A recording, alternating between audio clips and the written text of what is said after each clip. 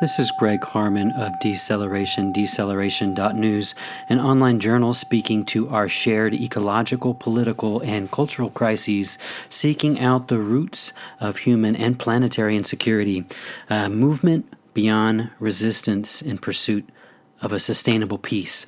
So this is part of a series of podcasts we're doing dedicated to San Antonio's climate action and adaptation plan, a city effort to rapidly reduce our climate pollution while preparing our residents for rapidly escalating extreme weather being brought about by fossil fuel-driven human industry and agriculture. This week I speak to Frankie Orona, Executive Director of the Society of Native Nations, and Juan Mancias, Tribal Chair of the Carrizo Comecrudo Tribe of Texas, about their recent experiences in San Francisco at the Global Climate Action Summit and their longtime anti-extraction work here in Texas and along the border. This is part of a monthly meeting and conversation series hosted by the Alamo Group of the Sierra Club. I hope you enjoy. I'm Greg Harman. I know most of y'all in here, but some of y'all. And I work with the State Sierra Club. And been in San Antonio about 10 years. It's been about 10 years, I guess, that I first met Juan. You're over here at the Whitty, giving them grief over their bundle burials and everything that they've got back in collections, and you gave me some education on some of the issues that are happening around that kind of work. And Frankie, just a few years since really Dakota Access and Standing Rock, we first kind of hooked up and saw what you guys are doing up there. And when I saw you both you got into my Facebook feed, with all the selfies and the videos from San Francisco, and I thought, I needed to talk with y'all when you came back. And this was the Global Climate Action Summit that they just held, and it was significant. A lot of people were watching it, I think, because a year ago, June 1, Trump got out of the Paris Agreement, and so we're now the only country on the planet that is not committed, has not at least verbally committed to working together to try to solve our global climate crisis together. And a lot of people in San Antonio got up, and I saw you guys as well, got up and got our new mayor from day one, so, was kind of, all right, declared we're going to sign on with the Paris Agreement, and then we've got a climate action plan that we're developing so that we can stop polluting the planet with our greenhouse gases, as well as help protect the people in San Antonio and the surrounding area from the acceleration of extreme weather that pollution is causing. And like I said, we've been engaged individually and collectively in a lot of these fights, and so I wanted to talk about San Francisco. It was encouraging on the one hand because the U.S. had bowed out, and the planet began to think about, the people around the planet began to think about, if the United States is not going to lead, and the nations are failing us, they're not setting goals, they're not setting a framework that will help us get through this kind of like this bottleneck, this crisis, then we have to do it from a local level. And I think what I heard from y'all and from others in San Francisco was that local might mean something different to different people, right?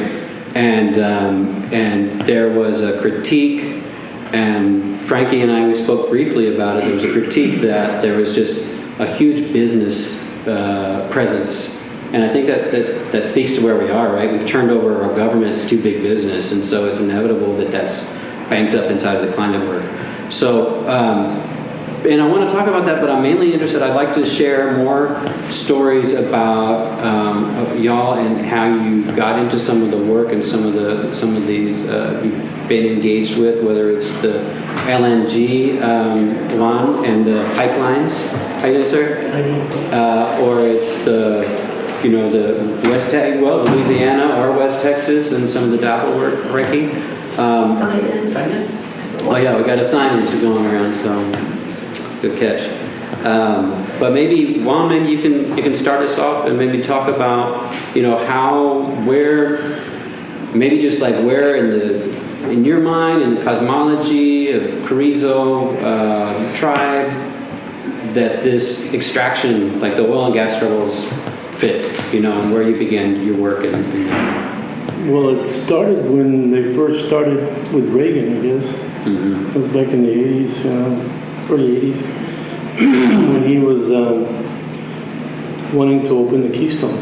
First it was Alaska, and it was all the Alaskan Native people that were asking for help, and I was like listening to all this, and I was trying to speak to everyone, but there wasn't that much, interest in it yet at the same time. But we had a lot of problems going on here because we struggled with the nuclear or the toxic waste dump that was closed up in West Texas. We fought that for the longest time, and we fought things like the was that the Sierra Blanca? Yeah, the Sierra Blanca fight. Okay. Yeah, so that was just for the room. Sierra Blanca was targeted for a low-level radioactive waste dump that they would have taken Maine and Vermont, right? Power plant waste, shipped it across the country, and put it in this poor little town way out in the corner of the state. Yeah. So yeah, good. And so we were really trying to maintain that tribal identity and because we know that there's burial sites in that area, and especially in the Monahans area, what they call the sand hills, and that whole area was just one of those things that we continued to fight for a long time. Tried to avert a lot of the stuff with some of the oil wells that they were bringing into like Hockley County, Little End, and all that area. So it's been a while trying to do this. We got into protecting even the prairie dogs, up in Lubbock, because they were trying to they were talking about putting a strip mall in the middle of what is Buffalo Springs Lake right now, and we were able to work with the Sierra Club with them on trying to avoid that. But, that one got kind of hairy because of they were trying to run oil through there too. So it was just trying to do the research. So we've been involved for a long time in trying to protect sacred sites and sacred ground. Well, that's, I think, what I get from talking with you that is so rich is your knowledge. When you talk about a pipeline, or you talk about the Prairie Dog Village or something, you're talking about places that have a history, that kind of settler state, the history that a lot of people in the state don't have. They have a burial site in Monahans. That's not why a traditional environmental organization may jump into a scrap, right? Well, then we were getting pictures of remains that were being, the dust storms that happen in the Panhandle around Odessa, and there's this. If you've ever been in that area, you know what the dust storms are. They're bad, especially around spring. They're really bad. You can't even be outside that long because it just, it causes pterygiums in your eyes because of the sand that's out there so badly. It's just, it'll blow an engine. Just driving from Lubbock to Odessa, people have driven their cars into the ground because of the sand being sucked into their engines. So, that would uncover a lot of burial grounds in that area. And of course, because of the lack of topsoil? Well, conservation methods of trying to maintain, the topsoil. And so it really created a lot of problems with that. So we've been fighting stuff like that for a while. So the quality of air, that I've grown up with is, since I remember being 5 years old, it's been the Dust Bowl kind of mentality. If you've never been in that kind of a environment, you should go up there around spring, so about April or May. Yeah. And then you get those 70-mile-per-hour winds coming off the Rockies there, coming right straight through there. So sometimes we'd say Odessa's just flying by, Clovis is flying by. But because it literally was flying. Yeah, it was flying by, and that's where they wanted to set these. Now they're doing the same thing. They want to put another nuclear toxic waste in Yocom County, which is right at the edge of the state line of Texas and New Mexico. And so now we're going to have to take that fight on too, to try and get as much involved in it. But we've been able to recognize that there's a case called the Windman Wind 2 versus the Interior Department.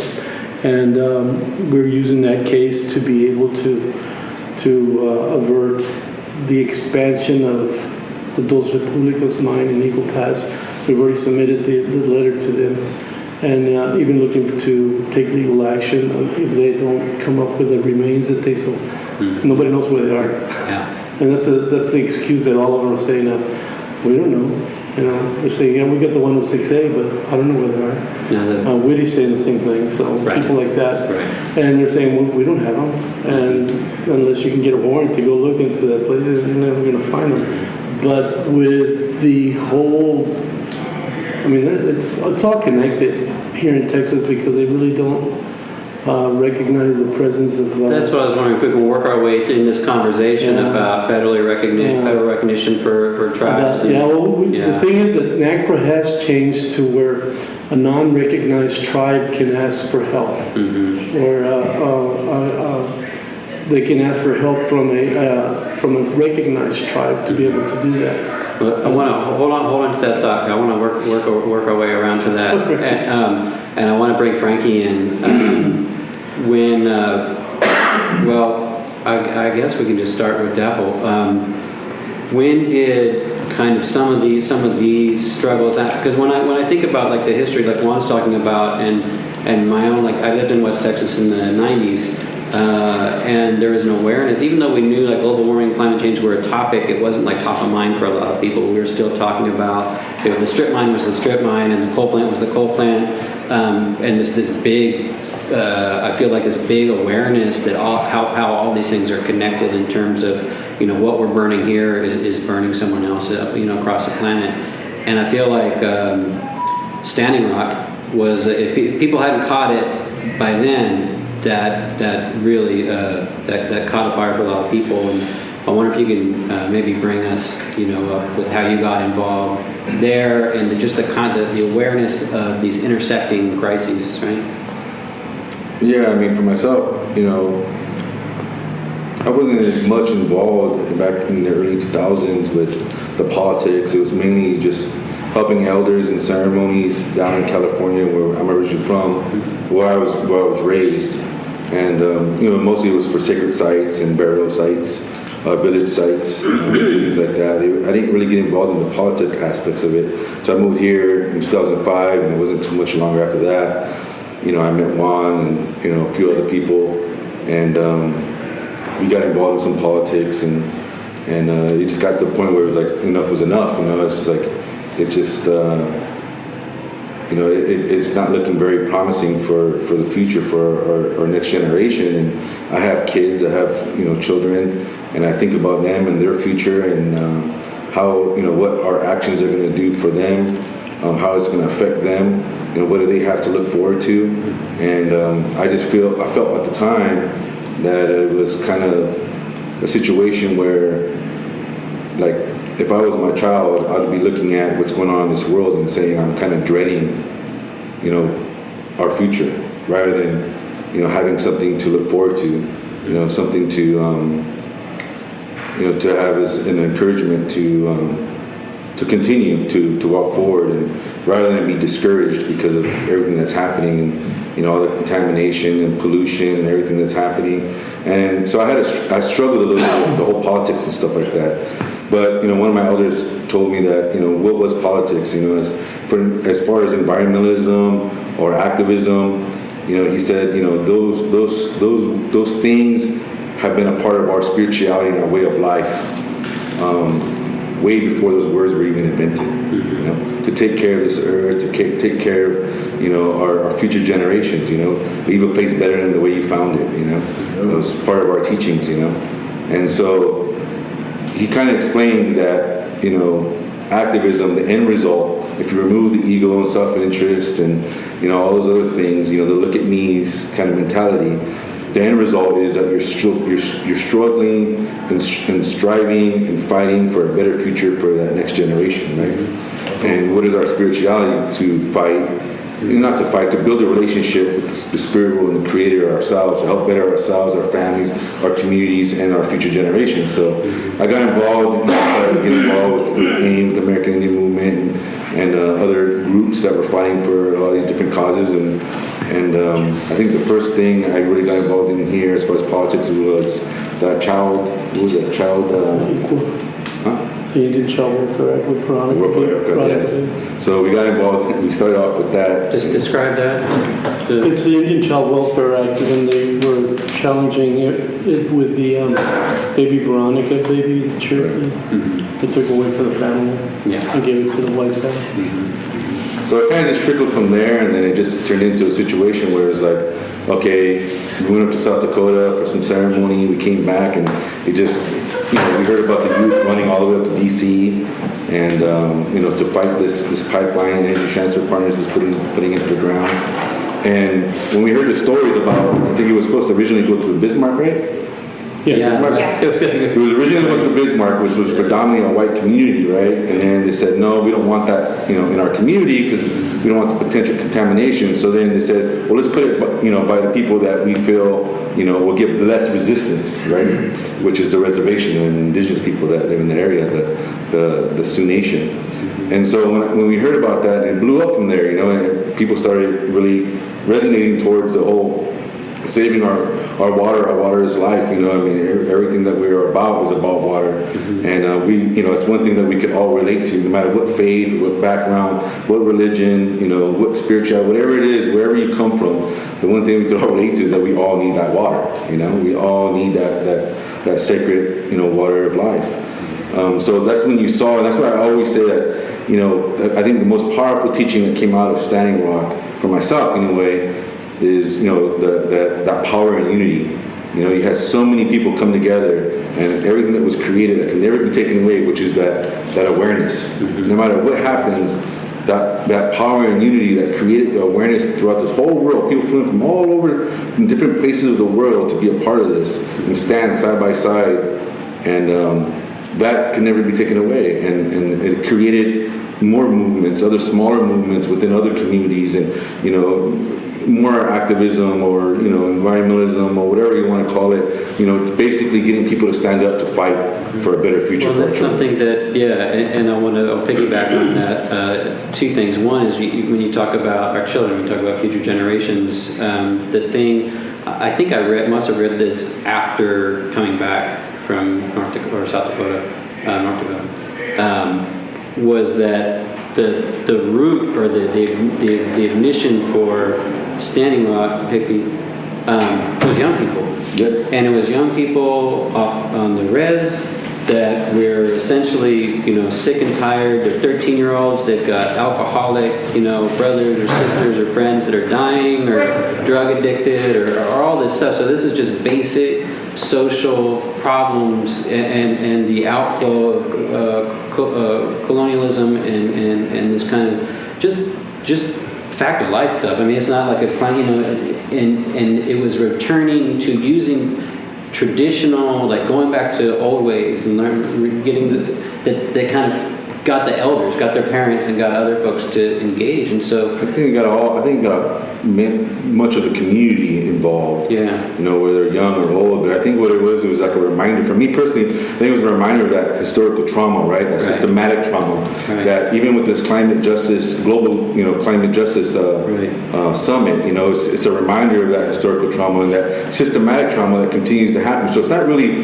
historical trauma because that when it's historical trauma, it's what happened in the past, right? But it's still happening. So it's not really historical trauma because it's still happening. It's trauma. Just straight up just trauma because it's still happening today. It just has a different face, a different look, different word, different approach, but it's still happening. And it's always happening, and it starts off happening to the communities that they feel they're going to get the less resistance from. And it's wrong. I mean, I think the more that people are aware of those things, because it's so easy for us to be blinded or to ignore, because it's more convenient to not, address it or want to see it, like turning off and clicking off the TV when they see something that's happening in another country or right down the street from them, from where they live. We don't want to see it, so let me make my life a little more convenient. Just switch the switch and change the channel. Well, we can't do that. We can't afford to do that, because by the time our kids decide to do it for themselves, it might be too late. It might be too late now, but we can't stop trying. We can't give up. We have to keep fighting, so our kids can have a healthy future, a sustainable future, and we live in a time where it is possible. It's just, this world is predominantly run by corporations. They decide and dictate what our societies and our people become dependent on. And we need to change that. We need to force them to change that mindset. But I think that it goes even further than that, because along with the pollution of the environment, there's a pollution of forgetting how to be human. And you can't understand that when you are colonized and you support a system that continues to do that, because and that's part of the pollution, for us, for ourselves too, is that, we find the anesthesias that make us numb to the situations that are happening out there. And like money's an anesthesia, drugs and alcohol is an anesthesia, religion's an anesthesia, individualism is education. Mm-hmm. Even getting a college education, because it's a white man's education. Mm-hmm. And it's not around who we are anymore. Being raised in these ways. Checking in at the senior center. Being raised in these ways is understanding that, how do I continue to be this human being? Because that's how we used to call ourselves. Is taking away everything that's been laid on top of us, even the federal recognition stuff. Mm-hmm. That's part of colonization. Tribal councils is part of colonization, because that didn't come in until 1934 with the Howard Wheeler Act. So when we talk about lifeways, the lifeways should be the ones that almost mandate that we be part of everything. That is all the other stuff, and the way we speak. We don't speak in our language, because in our language there is that spiritual ideal, There is that emotional ideal. There is that connection that connects us as a total social being, and not just the spiritual being or the emotional being. All five of the beings that make us a holistic human being connected to what's going on. Right now we're just spirits learning to be human beings, because they've taken that away from us. Our tribal identities have been polluted. And it's been polluted because of genericism. Individualism is one of the biggest things that occurs out there. And genericism it doesn't give you really an idea of what is there. The fight at Dapple was because it was on sacred sites, and it was hurting sacred sites. And they know sacred sites there, and we should know sacred sites in Texas too, because everything that we were at, there was a village there at one time. Mm-hmm. There are BRNs, which are burnt rock medians, all along, every river. Mm-hmm. Not just the one in San Antonio, not just the Rio Grande, but all of these rivers are sacred to us, because we used to ford them. We used to live close to water. There's over 17,000 springs in Texas, not just one that's sacred. They're all sacred. And to sit there and say, well, we got to take care of this one. By taking care of that one, we have to be open to understanding what's going on out there. Because one of the things that makes us understand that is that when they're building a wall and they're waiving 30 laws to be able to build that wall. All these federal laws. Yeah. That means that they can do whatever the hell they want, and it's not going to affect them, because it's their laws. It's not law. The laws aren't made to protect us as Native people or as citizens of Texas or the United States. It's to protect the corporations, because they're the ones that have the money, and they're not paying the taxes. They're getting tax abatements. Two of the LNGs got tax abatements in Brownsville. Oh, I like what you're saying about, we were talking about San Francisco. Maybe we can turn into that in a minute, but this idea about learning to be human, spirits learning to be human, and as you describe the relationship with place, right, where you know where your sacred sites are, is that so? So in California, when you come up against corporations who are using a very particular paradigm, corporate response of profit, right, profit motive to speak to climate change, is that even possible way forward when it sounds like the root of this is a settler mindset that doesn't know sacred land and know how to be in relation? I mean, was that part of the protest and what local means? Well, I think what's happening there with Jerry Brown is that he wants all these oil fields because there's going to be money, and it trickles. It affects the deficit of the state, so it makes it less.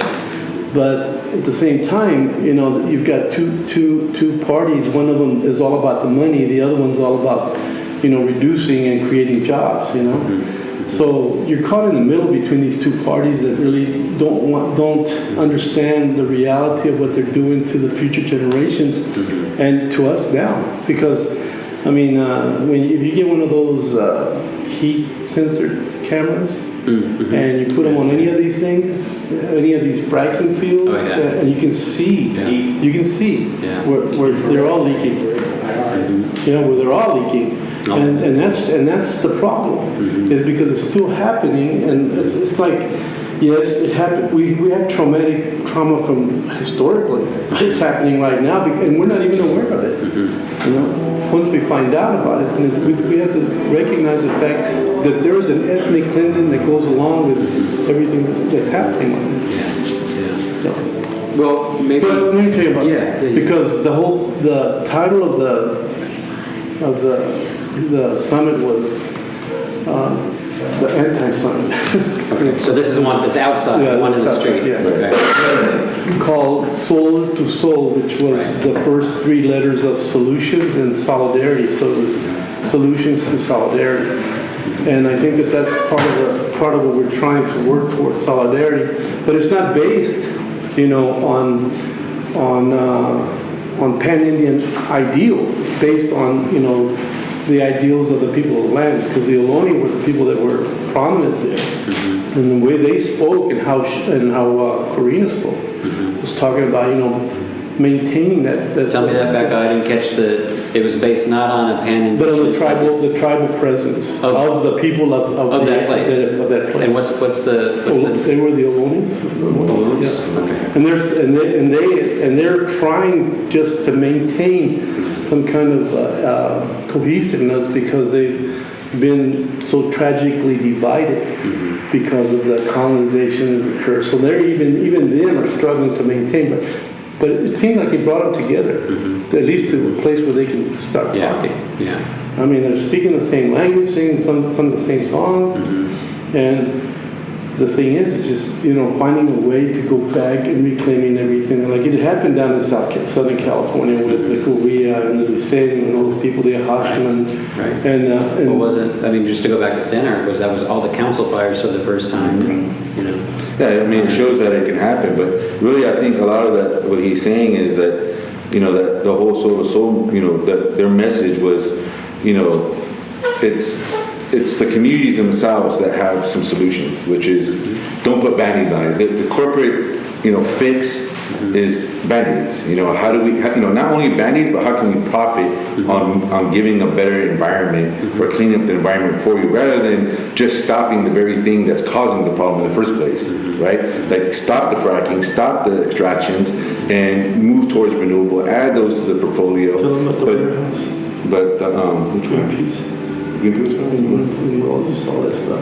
Yeah, You should have here. Yeah, we definitely need a warehouse like that. They're very planned out for. They have everything categorized. Warehouses, water, air vents, lamps. They have a lot of solutions to like how to address the issues. Yeah. The thing was that their message was, how do you create? It's about creating a sustainable future, and that the communities themselves have the answers, not corporations that don't spend time in those communities where they're having those climate issues, that contamination. They don't live there. They don't go and spend time there. They're not listening to the people. They're coming up with their own solutions, and their solutions involve them getting paid. Because what they care about is the bottom line, the money that they're going to make, making their investors and their shareholders happy, rather than what's in the best interest of the people themselves.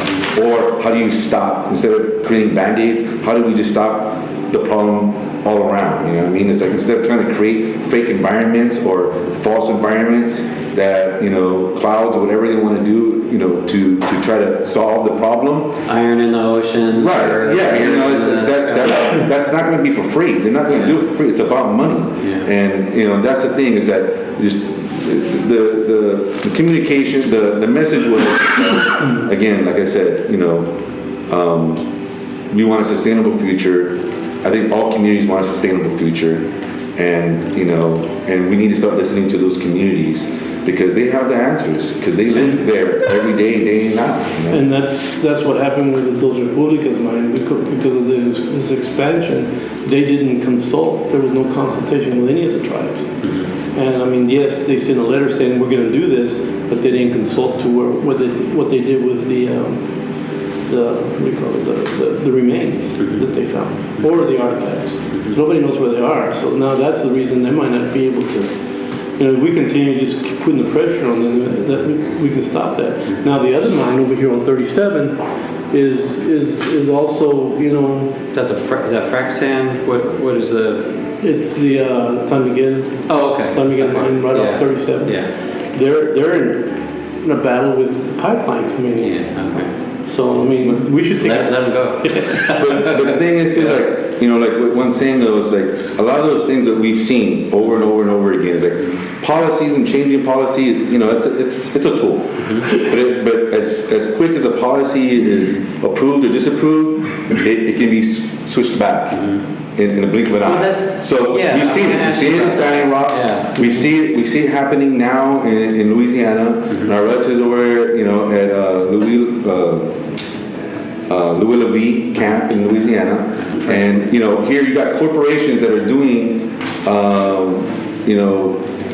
what they're doing to the land, and they're being told that it's illegal what they're doing, but they do it anyway because they got the money to pay the fines. They got the money to say, we don't care what the law says. We're above the law, right? We're above the law, because we can afford to break the law, right? And so that's an ongoing process. So for me personally, from what I've seen in my experience, policies, again, like I said, it's a tactic, it's a tool.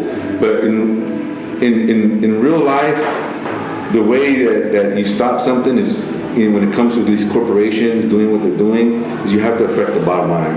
You have to affect the money. Okay. You have to affect the money. If you can somehow find a way to affect the money and continue to keep affecting the money and create more awareness, so that way that can build more, and you can do more divestments, and not just in banks, but in other aspects that relate to our everyday life. I always say, it's like, as an environmentalist, it's kind of like an AA group. It's like, yes, I'm an environmentalist, but I am hypocritical and contradicting to some degree, because I contribute to that very system, right?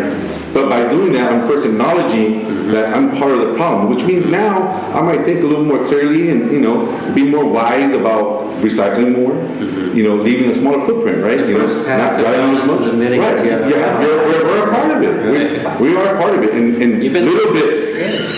Little bits, and it's hard, but we have to realize that we all contribute to it. Well, let me pivot on that. I think we haven't hit direct on something I think is important. If policy can be overturned and flipped, with a switch. I mean, I just want to talk about, so San Antonio right now with our climate plan, we just got, good word from the mayor that they want to go for a more aggressive climate plan to go to zero greenhouse pollution by 2050, like a 90% or 100% reduction by 2050. Great news, but we're also on the cusp of a potential proposition election, which would allow the city to, like the same way like the Tea Party shut down the light rail in the city. They said we don't want to pay for people in the city to be, light rail back and forth to work or whatever, so they shut it down.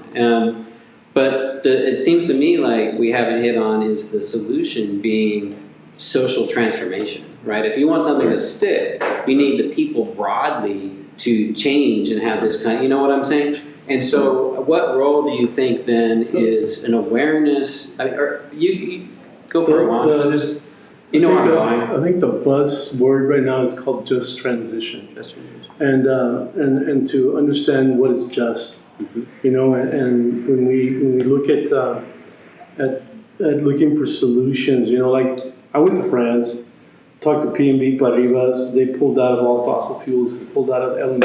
And this is on the coast of Texas, proposed LNG plants. You went to the potential funders. All, 3 of them. Now we're still fighting Societe Generale, and it looks like they're going to be pulling out of the other LNG. Right. So those are the things that we look at as trying to make them divest and not put money into it. Mm-hmm. But when you got the community in South Texas that doesn't understand very much other than they need a job, right. And how do we make that just transition? So we have to look for ways to be able to do that in South Texas. How can we do that? One way we can do it is start educating the people there and letting them know what the real problem is, and let them see the evidence of what's really happening, because I don't think they're aware of all the leaks and all the explosions that are happening, like 2-3 a month, now, and with Keystone. And so the threat to their own livelihood, or to their health. To their health. You described. Yeah, I mean, sometimes I can get pretty bad about it, and I can tell them, they're going to create jobs, they're just going to bring in more oncologists in for all the cancer you guys are going to get. So you're going to have a lot of jobs created by those guys for cancer reasons. Okay, go ahead. It's a right now. Yeah. How y'all doing? Good to see you. Good. When Standing Rock was happening, here in San Antonio, we had weekly protests at Energy Transfer Partners up here. And I think that was part of the solution. In other words, when you do national pressure, you show national effort. That was part of what helped. I would think in terms of starting those up again with Bayou Bridge, Louisiana. It's the same characters, right? It's the same teams. Same company. Right? So we are. If that was part of what worked then, maybe we can do that again. Yeah, I think so. There is plans this next coming month for an action to be done at Indigenous Partners during a shareholders meeting. That it's actually a give us the plug of the date. It's October 18th. Okay. It's going to be we'll be putting up an event page. There's many people from Louisiana and South Dakota, all different frontline communities are going to come to be a part of it. We're going to try to speak at the shareholders meeting. There'll be rallies inside as well as outside. So yeah, that is part of like the strategy. Is always continuous. Like you said, it's about creating awareness, right? And that's what I was going to say. Like Juan was talking about, the education. To me, like education and awareness. I remember going to a town after we had Two Rivers Camp on West Texas. We're like looking into moving this camp to another front line, and we went to a community where the fossil fuel industry already went into that community, right, and did what they had to do, gave jobs and contaminated the water, and then they left, right. And their water is contaminated. It's not really that safe to drink right out of the faucet. And so we talked about having this camp, there, and it was the majority of the community was like, no, they didn't want us there, even though they can't drink the water. Even though they can't drink the water, they don't want us there. And it was because many of them want the oil industry to come back because of what they've already created and left behind. They want their sons and daughters to have jobs. It comes down to that money and that education. Like, how do you re-educate them and saying, we don't need that kind of, those kinds of jobs in our community. Why don't we have more, wind turbine technology or solar panels, solar farms, or, biodegradable products being grown, maybe even hemp to replace textiles and other energy costs that were along with everything else. And that was what we were proposing with that camp there.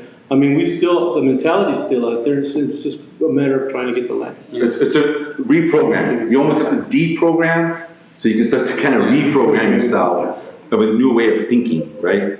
And it's not easy. That's what I was trying to get at. What you described right there, because Juan, you were saying education is about, the threat to an individual's health or to a family's health. But we're talking about something else. You go into a community that's already been threatened, they've already had their water poisoned, but they have a very particular quality of life or a life way that kind of at this deeper level has to be changed, right? So, I mean, I want to open it up to the room. Let me just say one thing. Yeah. Because the same weekend that they're going over there, we're going to end up having to be at the National Butterfly Center, because that's where they're passing the wall through, and we're going to set up there, and we're going to make it. Where is it? It's in Mission, Texas. In Mission.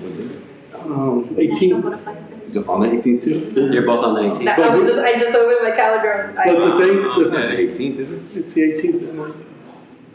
Yeah, it's a weekend. But the only reason I'm saying that is because we have issues in Texas we got to take care of. Yeah. And we have other organizations and other corporations that are also doing a lot of damage, while the thing with the pipeline is going on. I mean, right now he just showed me pictures of what's happening in Del Rio because they're putting a pipeline in already, and we got to find ways to get up there and do something.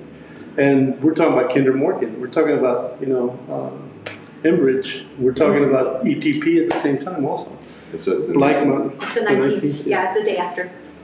Okay. And you're on Friday. Yeah. I guess so. Yeah. Yeah, it's because the shareholders meeting. So those are the things that we're looking at, and we have a slogan: if you build a village, you save the earth. Because we were people that lived in villages. We didn't stay in the villages for more than a week or 7 days, and basically we did that because we didn't want to, totally mess up the whole area. We just moved to another place, and then that way we grow back up. We were pretty good conservationists. Now, I don't know if I'm an environmentalist, but I am, Estokna. And it concerns to me because those are the connections that I have. And that's why we need to be down there in South Texas as well. And the thing I think we have to remember too is like a lot of these corporations, especially the fossil fuel industry, a lot of their executives are here in Texas. We a lot of it's shipped off this Gulf, out of Texas. So, and there's a lot, like Juan said, there's a lot that's happening here that a lot of these companies throughout the United States and throughout this world are based out of Texas, out of Dallas and Like North American, who is a subsidiary of those Republicas, is right down the road from ETP also. Well, I should ask what's Kelsey Warren up to these days? well, they're talking about a new pipeline. Been to see him? They're talking about a new pipeline, and they're having that shareholders meeting that we plan on visiting and sharing our thoughts. Mm-hmm. But So we went that's- down to Louisiana, and Right. what they're dealing with and what they're going through is like I said, they are on land that they're allowed to be on, Yeah, they bought the land. and That's what we need to and ETP have. doesn't have the right to be there, but they're the ones still getting arrested. And so they're breaking the law. And these people who are there, these relatives that are there at the camp, Louis, they are actually trying to uphold the law, but they're the ones still getting arrested. So that just shows you that ETP doesn't care. Those corporations don't care about what the law says, because they'll buy their way out of it. They feel they're above the law, and that's the message right now: is that those corporations should not be above the law. They should have to abide by what the community feels is right for their community. They need to be heard because they live there. These people don't live there. They come there, they visit, or come and do the damage they're going to do, or do what they have to do to help that 1% of people that benefit from it. Because it ain't the local community. So let me ask you last question, and then just see where we're at in the room if we want to continue to open the conversation. But so you go into a community. Let's say you're out in the Permian somewhere, right? It's going just gangbusters right now with fracking, and everybody's running for the jobs, or they get their water contaminated, and they're still running for the jobs. I know, Juan, you mentioned public health as one of the issues. How do you talk to people about what another world looks like, right? The world that people are talking about at this outside the San Francisco climate gathering. How do you paint that for people here in Texas or in the oil patch? Well, I think that in the long run, we have to recognize the fact that everything's going to end up here. And for me, there are prophecies that we have that are painted on the walls in Del Rio, all the way up to adobe walls. And they all talk about things that were happening, things that had happened, things that will happen. And they're all there. I mean, whether, people want to put their ability to look at it as, it's one person's interpretation, the prophecy's there. We're talking about horizontal fracking being shown, and it's there for people to see it. It's not something that's 4,000 years old. And it was done at a time when people saw that there was a problem that was going to occur here. Because, especially on this continent, was, the Spaniards were the first Europeans that landed here. And those rivers are shown right along there on all of those things. And it shows us that there is a healing. There's a healing. It even shows a snake on there. And, but it shows that there's a healing, and it's a return back to being human beings again. And for us, being a human being was going back to our dances, going back to singing our songs, going back to the balance of man and woman, that there's always that balance within the tribal communities. And there should be, and for me, it's important to recognize that if we're going to find healing from this mentality out there, is that we open the eyes of the people that don't want to see, because they can see, they're just kind of cobwebs. That's what I want to ask you about, because I was told that Europeans were the first colonized, and that's probably why it's the hardest to break the spell. Americans. Right? Yeah. You go to Europe. You go to Europe. There's a lot of movement down there. It's the people that hold the. I think it's a mentality. That hold the money. It's the money. It's all about money. Mm-hmm. And the thing is that even in trying to make these efforts to fight those republicas, to fight the 3 LNGs, and even see that we've had results, in stopping one of the LNGs, working on stopping the other one, we have to look at that even with the letters that we have sent, because we asked for due diligence from those republicas on the remains. We should say those republics. You referenced it a couple times, but I don't know if people watching will know that's the coal mine. That's a coal mine. That's a coal mine in Eagle Texas. Pass. Okay. And they're asking for an expansion permit, and I think that they're asking for more information on it, because nobody knows where those remains are. And I was the first one to ask. I'd like to see them, because I think it's important that there be that accountability.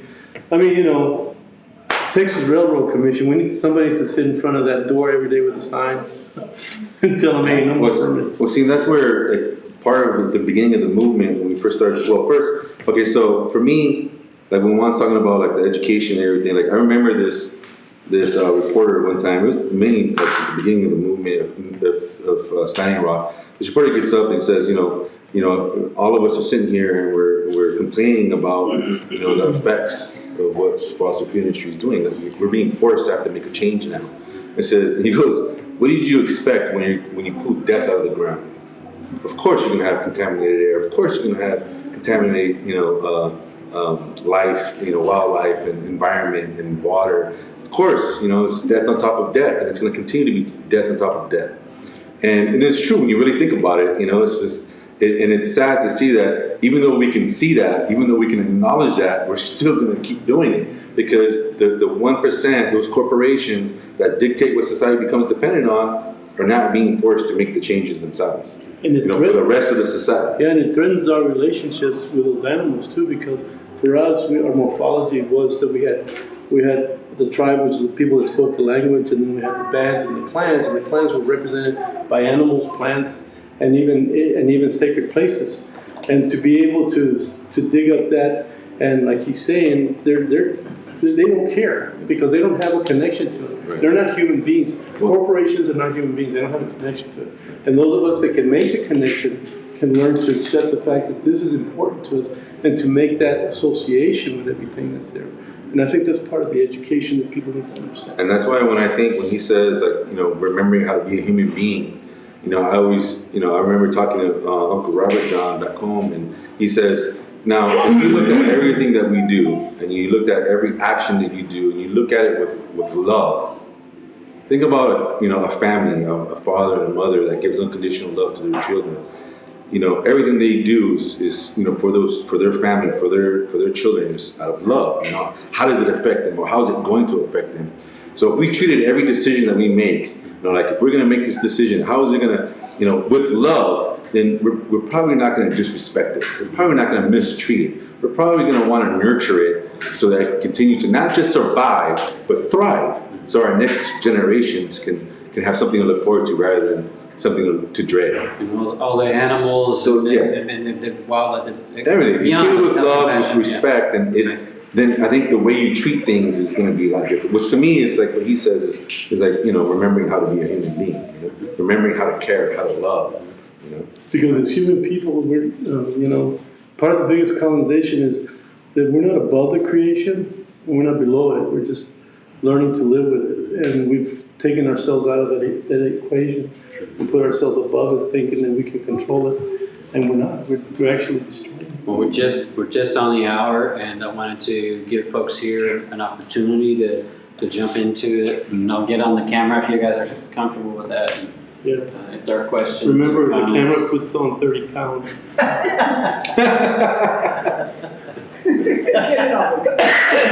That's what's wrong. I think my camera is just tilted. It's not big. I'm not in it all the whole way. I wanted to ask some more about, we seem to be, Greg and I and some other folks here in town are on this climate action planning process. And it's when I think of some of the divisions y'all are talking about with ETP and all the rest, and we're here in Texas, which is, heart and soul of oil country. This seems like one of the few possible wedges that we can take from sort of like the city side, because like Greg was just saying, the mayor just made an announcement that we want to go for the most aggressive kind of carbon reductions targets, which by all logic and all sense means reducing fossil fuel consumption. And I'm hoping that represents a venue, a way to get through. Again, the idea that protest in the streets, wherever, all the different venues down in the valley, if we can continue these kinds of pressures, I just don't know a better way. And I think that this is special because it's invited by the city, it's invited by the mayor, it's acknowledged all the way around the world. Whatever Trump thinks. So we have that opportunity, right? Yeah. And it's from the inside of that whole industrial complex in some ways. So I'm looking forward to hearing more about that event. I don't want to get partisan, but someone on our live feed, Tristan Hartwell, says Frankie for president. So just put that out there, see if that flies. Be better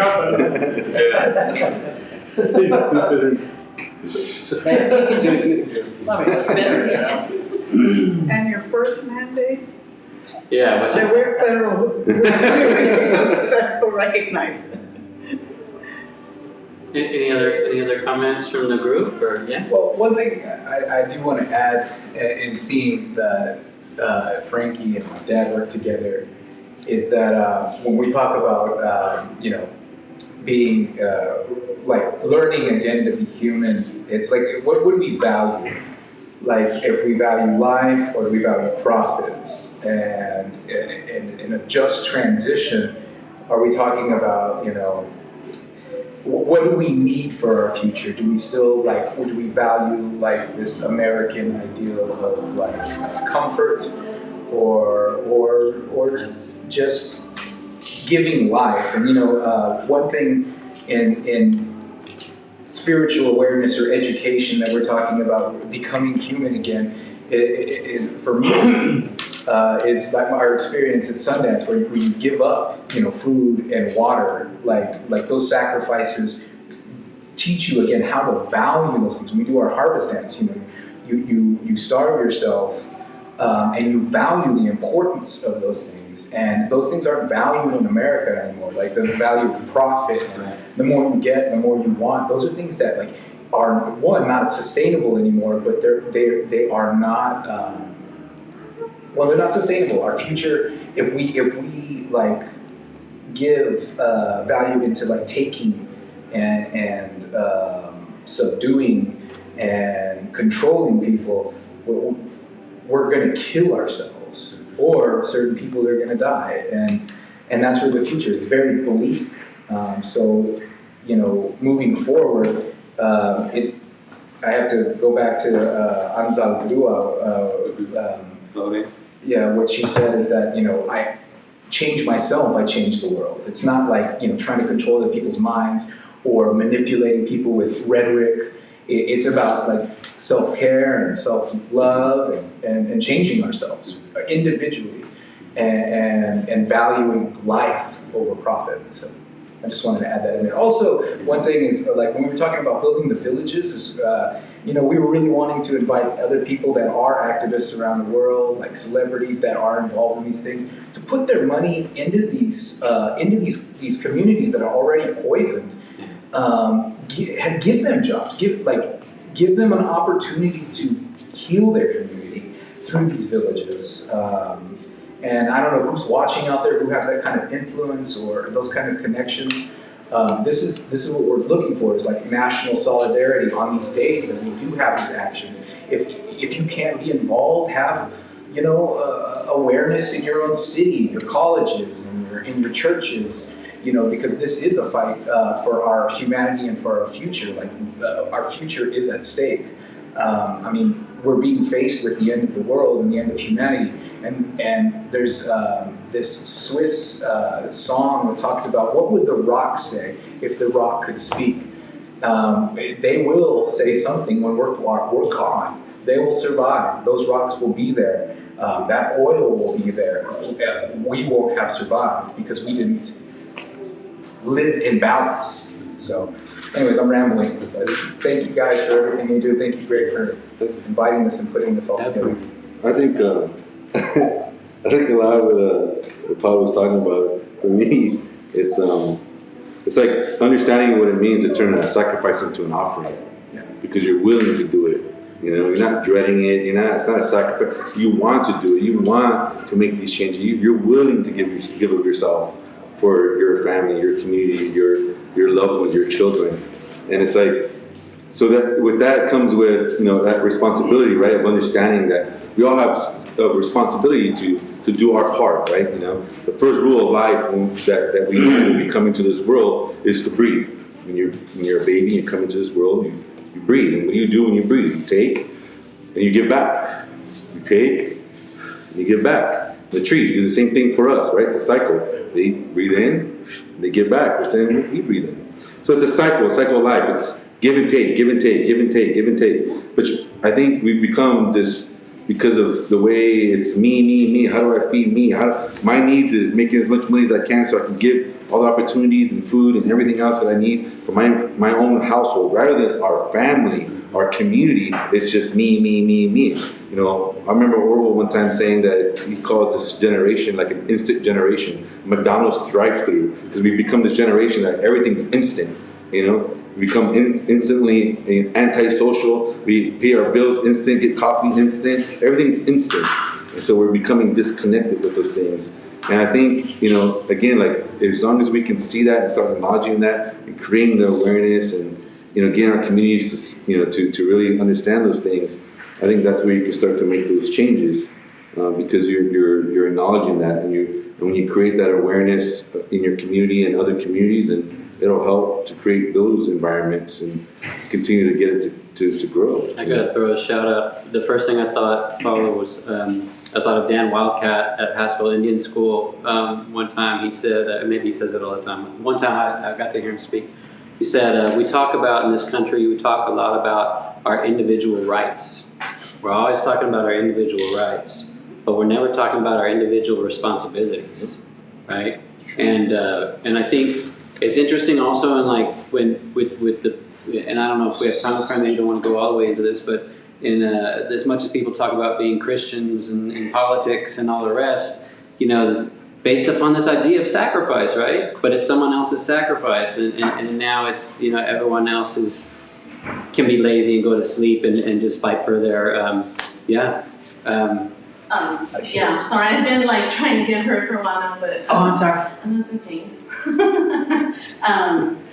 I just wanted to say not only our rights and responsibilities to each other, but also to recognize the rights of Mother Earth. Yes. And the fact that she is a living being and that we're with rights, right? And that they're doing that in other parts of the world and recognizing that. And when people talk about policy, as far as how far can you go with policy if it's all rooted in the doctrine of discovery, for example, where, like what you were talking about, the colonization, it was a seed that was brought here and planted, and it, just kind of ran rampant.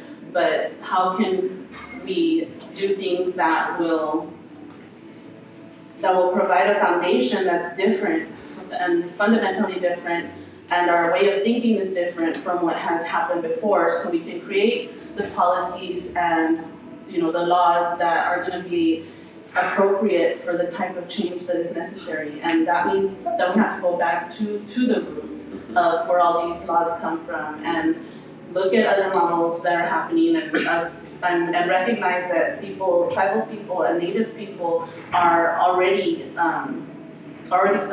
governing themselves in a way that is responsible and that is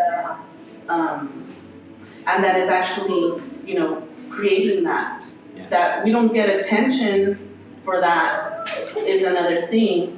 And the fracking and the pipelines and all that, it brings about all this, the disappearances of women, the murdering of women, the torturing of women, the sexual abuse of women and girls. And because when we're functioning under that system of capitalism and consumerism and destruction, that's part of the dehumanization, is that even the workers that come and they're working in those places are starting to do this and turning and affecting the surrounding communities or their own communities.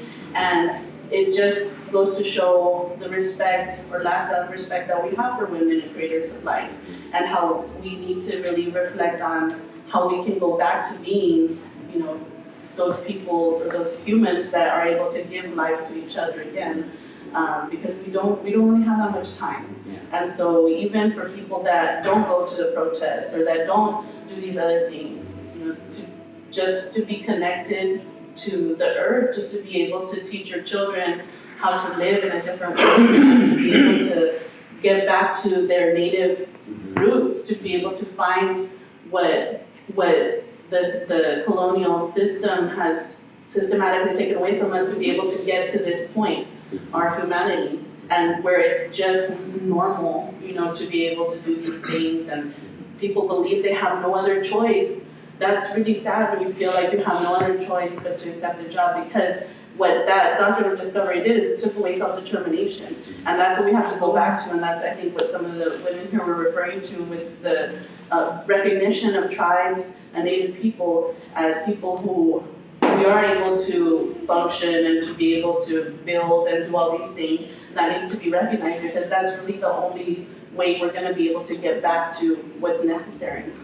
See, when she says that, it's not just that the missing and murdered women, the indigenous women, are in the north. They've been happening on the southern border since they put the border, or I hate to use the word border, but they've been happening along that border, on that line, that imaginary border line, for a long time, because of those border patrols.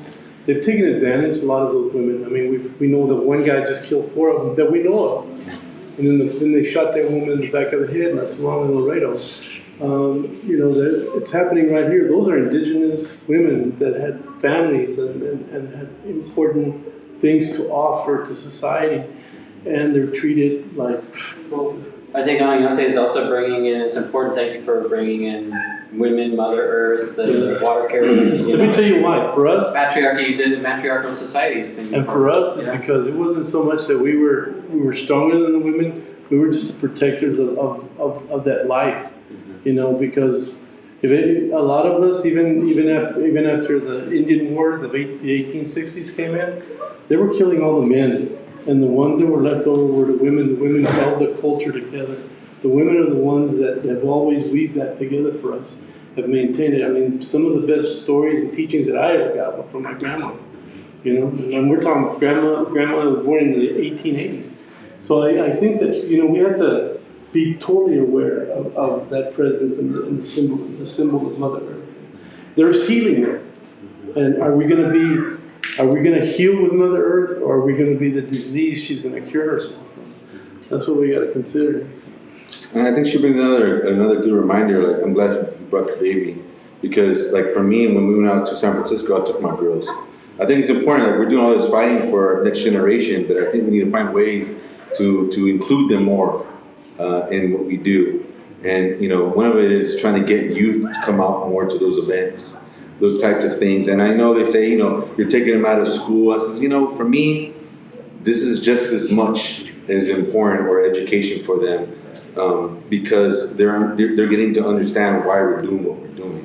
If we say we're doing this for our next generation, then they should be included in what we're doing, and not just do things when it's convenient for ourselves.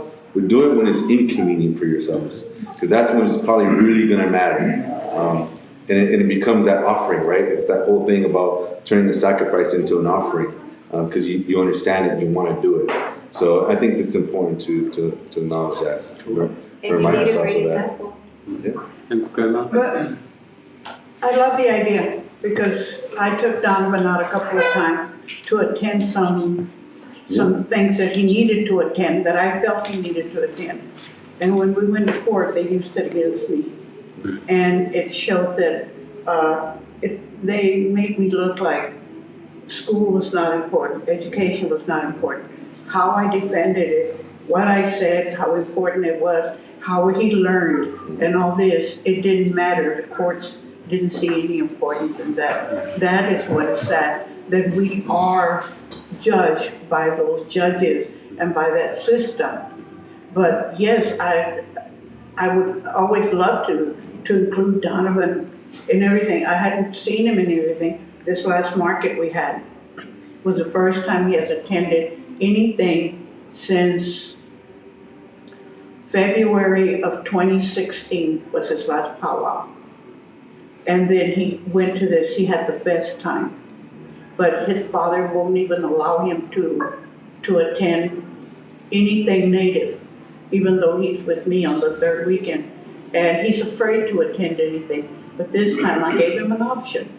I said, we have an Indian market. You can stay at Giovanni, my grandson, and my son's house and play with him, or you can go with me to market.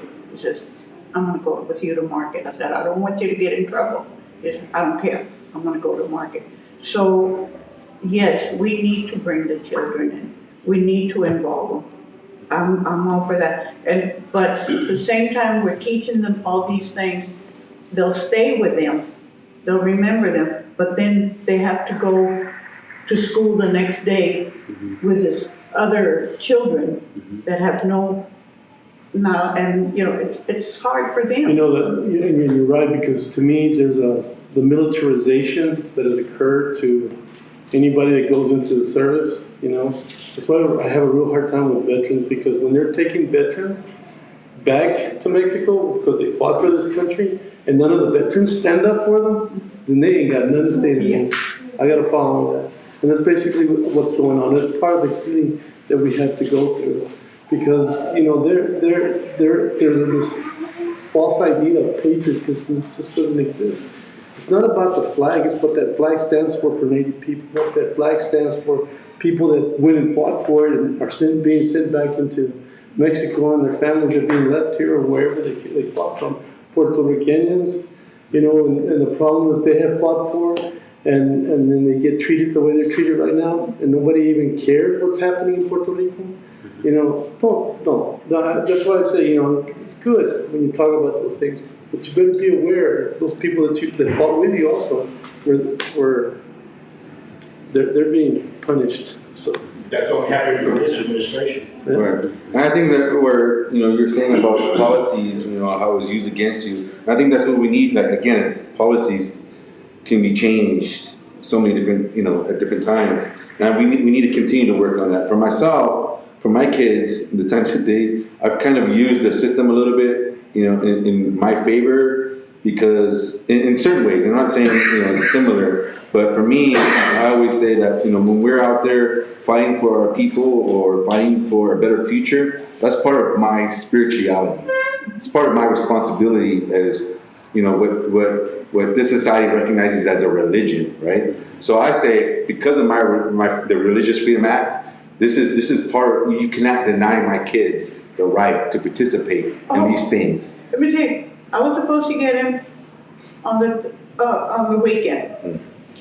Get him Friday. On the Sunday that he was with me, the judge ordered that the father come and pick him up, even though it was my Sunday, to take him to his Christian church, and then bring him back at 2 o'clock, and then pick him up at 6 o'clock. Pick him up at 10, bring him back at 2, and then come back and pick him up again. He couldn't even. I said, we have our faith. We have our gatherings. We have our faith where we go. No, that didn't matter anything. The judge thought, no, the other one, because he's a Christian. Right.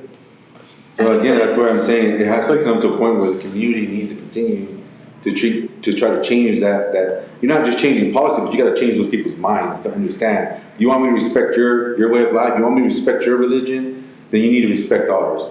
And if I have to use the term religion so you can better understand where I'm coming from, then I'll use that. But we don't have a word for our way of life because it's just a way of life. It's just who we are. But in order for you, if that's the only way you can, understand that you need to respect us, then I'll use that word. Because if you want that mutual respect, then this is what I'm asking for you. And it's going to be a constant struggle, like as it always has been. And it's going to continue to keep being. And we got to continue to keep making those changes and fighting, coming together in unity. Because like I said, in unity is where that power comes from. When we can come together, we can change the minds of those people, whether they like it or not. Because all we're asking for is respect. Enough is enough. Just respect. Bottom line, just the natural law and order of another human being. Respect. Respect each other. That's it. I had a thought, I don't know if it can be done or at all.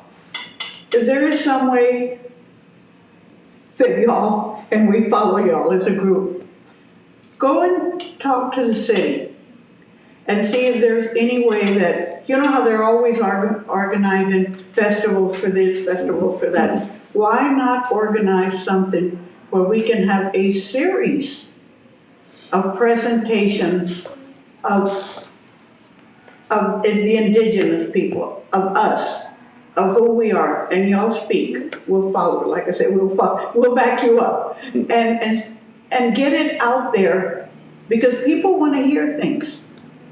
Every time that somebody comes and meets with one of us at market, Juan is over there selling it up a storm, and they love to hear it. So why not have a series of these with the city putting up everything, that we get out there to involve the people, and maybe they'll reawaken to being humans again. Yeah, I don't even know how to answer that, because it's so hard to get state organizations and that to have them do things for the community without expecting something in return. And that's our biggest problem, right? It's like we want to be heard without having to for them to expect something in return from us. And all we're asking for is the simple understanding of respect, and they don't understand that. And opening up a dialogue is important if they're willing to have that openness. The thing is, you have to get those individuals that are in those positions to want to hear that and to open their minds up to allow that opportunity to happen. Oh, I don't know what they want to hear. Because if you tell them, well, we don't have a word for prayer, but they still say they want to open everything with prayers. They want blessings. To me, that's all colonized stuff, and it comes from that Christian mentality, the religious mentality, and everything's already created. Everything's already blessed, and the Creator already made it. For us, it's just to try and make the ambiance a little bit better by singing the song or singing the song to something that's there. I think that maybe what they need to do is learn another language besides English or Spanish, because they're both foreign to this land. I mean, I just saw in the news where they were, they fired a guy for speaking Spanish over at La Cantera. Oh yeah. And we're in San Antonio. This is the 21st century, and then you're going they're still Spanish. and still doing the kind of crap, So for me, it's like What do you want? What do they want to hear? I mean, I'm not welcome back to say any more prayers or whatever they call it as a faith leader, because I don't know what the hell that means. And I'm not no spiritual leader because I still don't know what that means. And because I'm just me. I'm just a human being, and that's really concerned about what's happening to my people. And I love my people. I love my land. I love what's happening here. I understand where the sacred sites are. They don't want to hear that because I don't want them putting stuff on. I don't want digging stuff out like the Alamo. Why do they want to dig all that stuff out? Why do they want to move stuff? Where are they digging stuff over at the prayer garden? And see, those are things that just for me, I don't understand. And there's two things in our language. We do have a thing about life waves. It's more or less called banayo, which means it's alive. So when you understand the language, then you have an understanding that everything in life is moving, and you have no control of it. You want to control it, and that's what urbanization is. They want to control it, but it's still moving. It doesn't matter what it is. You're still going to have the hate groups up there, and we can talk about love all we want to, but you're still going to have to deal with that healing that hate group that's out there that's always opposing you, and you have to deal with it. You have to learn to understand it because the brainwashing, the Stockholm syndrome is taking over us. Because we believe it's okay. Let's get some oil companies in here. Let's get the LNGs, and we're going to have jobs. But where's it? Once the oil and the LNG is gone, what's going to happen to the jobs? You're going to have these eyesores out there. They're going to be contaminating the sacred sites, contaminating the land, and they're not looking ahead. So it's a matter of looking at what's happening right now, what's happened in the past, and what's happening to get to that point. Because, we just had an explosion a month and a half ago, right here in Karnes City, Karnes County. And what did anybody do anything about it? No, all that stuff, all that smoke, all that pollution came right into San Antonio. Yes, it's good to be here to talk about it, but we got to be out there in the front lines to be able to do it. And in Texas, we got some problems. We got some major problems with coal mines. 6 in the state, in the country. This state is 6 in the country in lignite coal mining. And then they're selling, because the EPA allows it to, the anthracite coal that's in Dos Republicas, and sell it to Mexico, who burns it down there, and guess where all that stuff is coming? Right to right here. And who does anything about it? Nobody, because they're getting money. But the money, everything's going outside. It's an export. We're not even using it here, except for the lignite that goes into Calaveras. But like you said, solar panels. And see, that was the thing. Somebody had brought up a while back. But you need the carbon for this. You need the coal. Somebody brought up and said, you know what? Okay, what's the solutions, right? It was like, okay, you want to get rid of it. What's the solutions? I mean, how about all those jobs? What about all those people with all those jobs? What are we going to do with that? And I told them, for me personally, when I sat there thinking about it, how are you going to re-education, teach them about solar energy, biofuel, farming, wind turbine, all these, replace those jobs with these jobs, right? And I said, well, what problem? And we have a problem, right? I mean, if we continue down the path we have right now, we're going to run out of water. There's elders that spoke of prophecies that the next world war is going to be over clean drinking water, right? And so, we have a problem. And it says, for me personally, I say here and I said, okay, what problem do you want to deal with? Do you want to deal with the problem of not having drinking water, or having to re-educate some people on a new profession so they can provide for their families? Me personally, I'd rather deal with the problem of having to re-educate people, so they can get different types of jobs rather than, not having enough drinking water and going to a world war. You know what I mean? To me personally. So I think that we have to look at those things and say, okay, what's really important, and how do we deal with those things? And that's how we're going to. And as a tribe, I've been able to convince those that have in the tribe, that are tribal members, to be able to go down into the valley and build, a restaurant is going to hire 100 people. Mm-hmm. So it's not like we're going down there not offering something. Mm-hmm. We're telling them, hey, look, we're bringing 100 jobs to the area. Mm-hmm. So it's not just like they're bringing jobs, but we can bring more if you continue to recognize the fact that we're here, and we can find ways to hire people to do this. I'll write grants every freaking day just so that we can hire people to take care of those sacred sites out there instead of building those things out there. There's solutions, and the thing is, people just got to wake up a little bit and say, okay, that's what I want to do. Call Leonardo DiCaprio, tell him to open it. Right? Low impact. But I think we also have to look at their tactics too, though.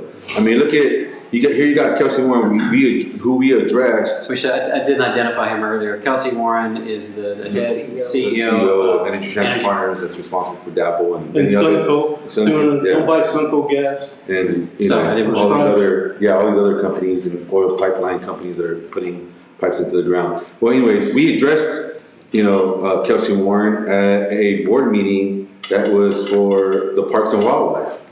So here we are at Parks and Wildlife, where their mission is to protect and preserve these places for our future generations. But yet you have an executive of an oil company, extraction company, sitting on that board. And what do you think he's going to, push to vote for? Of course he's going to push to vote to put these pipelines down into these lands that are supposed to be getting protected, and it's a conflict of interest. And then where does his wife work? Yeah. His wife sits on the commission for the Texas Historical Commission. Yeah. So it's like, here you got somebody else that now, they strategically planned out their, how they're going to, make this happen for their company and, and profit the most that they can and get what they need to get passed. And we have every way possible. And we have to hold not just those guys. I mean, not just all of the agency. We have to hold our own politicians accountable. Yes. Henry Cuellar, for one, $800,000 just for oil money, and also prison. And I don't mind saying that because I want to run against him if I had to, just to call his ass out. Mm-hmm. But the thing is, he needs to be aware that he's a sellout. And we have people right here in San Antonio that are doing the same thing, taking oil money. And I know that there's politicians that showed up to the front lines in some of the recent actions that we've had, but I get upset when we have these large rallies, where these politicians come and say, this is unacceptable, this is wrong, and this needs to change, and this is, we're not gonna take it. But they're saying this in a safe environment, in the middle of a city. Say those words at the front lines with the rest of the people that are on the front lines risking their lives and everything they have. Come to those front lines. Share that pain with them. Don't just say and speak about it in safe places. That's my problem. That's why it's hard for me to listen to a politician that has all this media come out when they decide to come out and speak, but yet you don't see as much media or see them coming to the front lines along with everybody else. And are walking down into the trench and standing on the pipeline. Risking everything. Staying in the camps. Well, I want to wind it back. We're on the hour right now. I don't want to hold folks against their will or what have you. But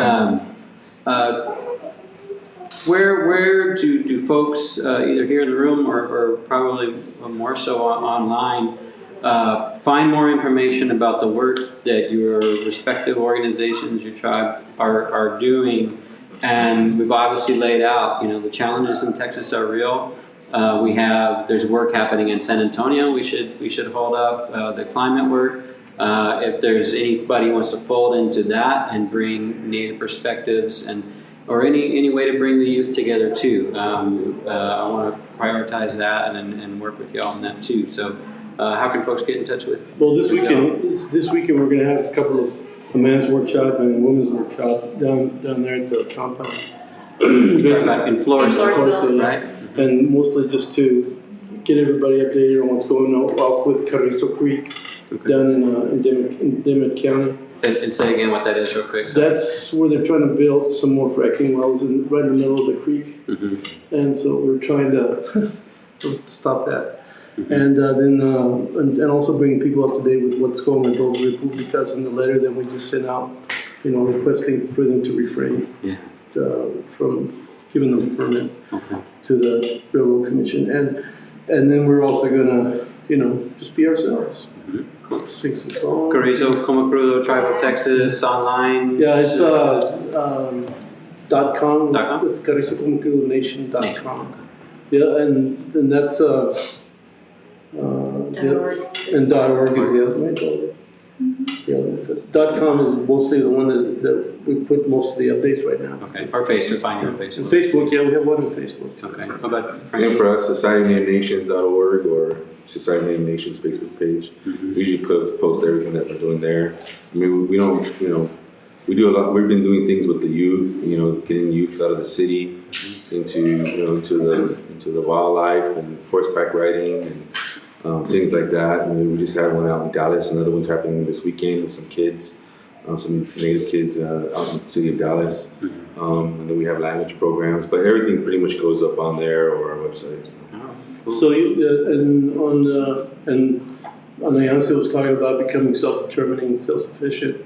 We have a market that we're going to have every month, trying to start on the 13th And 14th and of 14th October. of October, right out here on Planet K on Broadway. Well, it's and at the South Texas Museum Oh, right. of Pop Culture. I saw that. It's a couple Right blocks. next to Planet K. It's next right. door to Planet K. Yeah, come and It's on support. Rock- Come and Mulberry. support us Yeah.